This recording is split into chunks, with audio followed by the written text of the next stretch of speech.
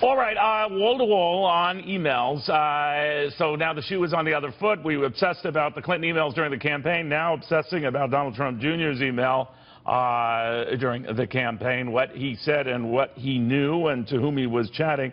What's at issue here is whether he was consistent when he said back in March, that is Donald Trump Jr., that he had no meetings with the Russians.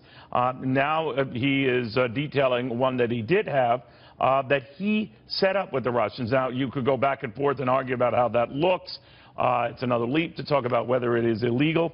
But all of this comes at a time when the Trump team, and obviously Republicans in general, want to continue with an agenda they think is winnable for the party and for the country. To the Washington Examiner's Sarah Westwood, Real Clear Politics co-founder Tom Bevan. These are very big distractions, to put it mildly, Tom.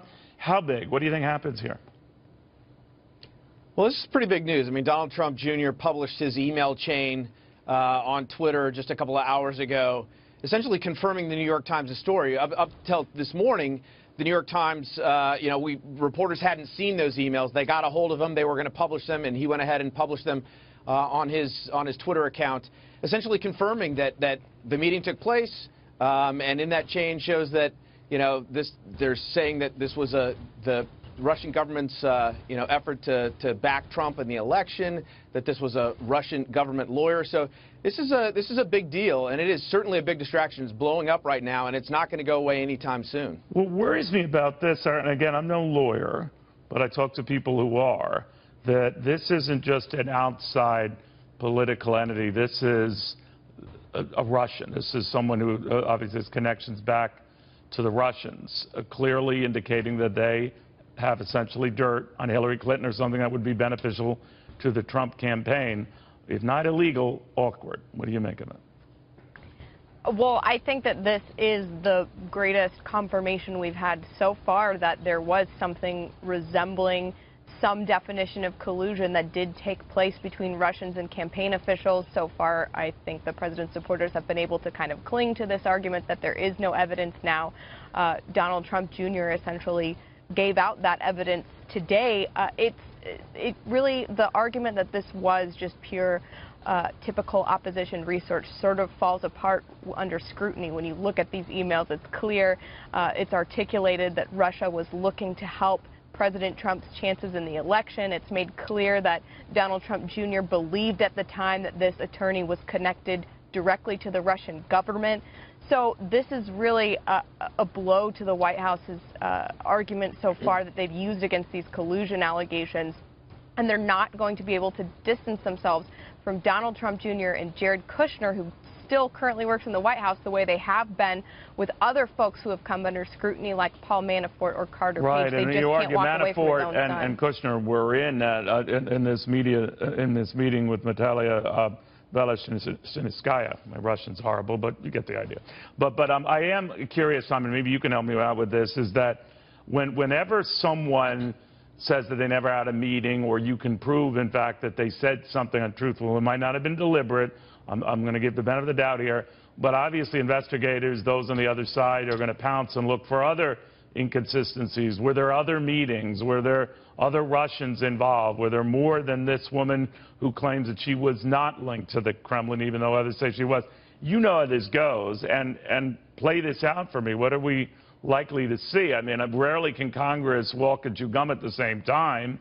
So if they're going to be so focused on this, does this come at a detriment to focusing on the president's economic agenda?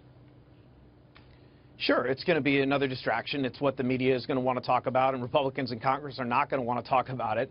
And you mentioned, look, Donald Trump Jr. is not part of the administration. He was not required to disclose contacts. But Jared Kushner, different story. And apparently, he did not disclose this contact. He filed an amended form, national security clearance. Right, it was an amended form that others got note of and then immediately pointed out to the New York Times. But go ahead.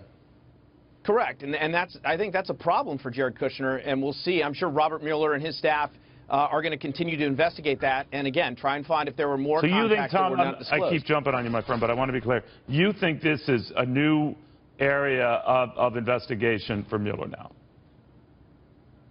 No, I mean, I think it's all part of the same piece, but it's just another, it's confirmation that something actually happened, and it's not going away anytime soon. All right, so the way things stand right now, if you guys had your betting on whether the Republican agenda, even the health care thing, can get even remotely near a vote, what do you think, Sarah?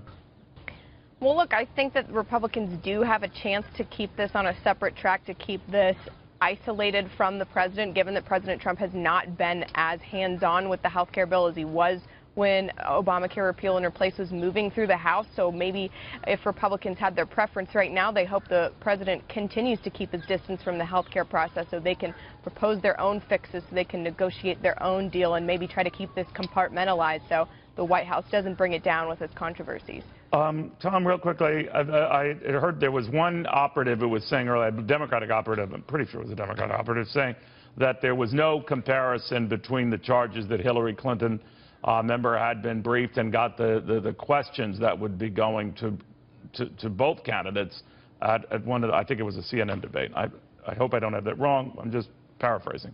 That no one made as big a deal about that. Donald Trump did mention it during their debates, but that it never got any traction.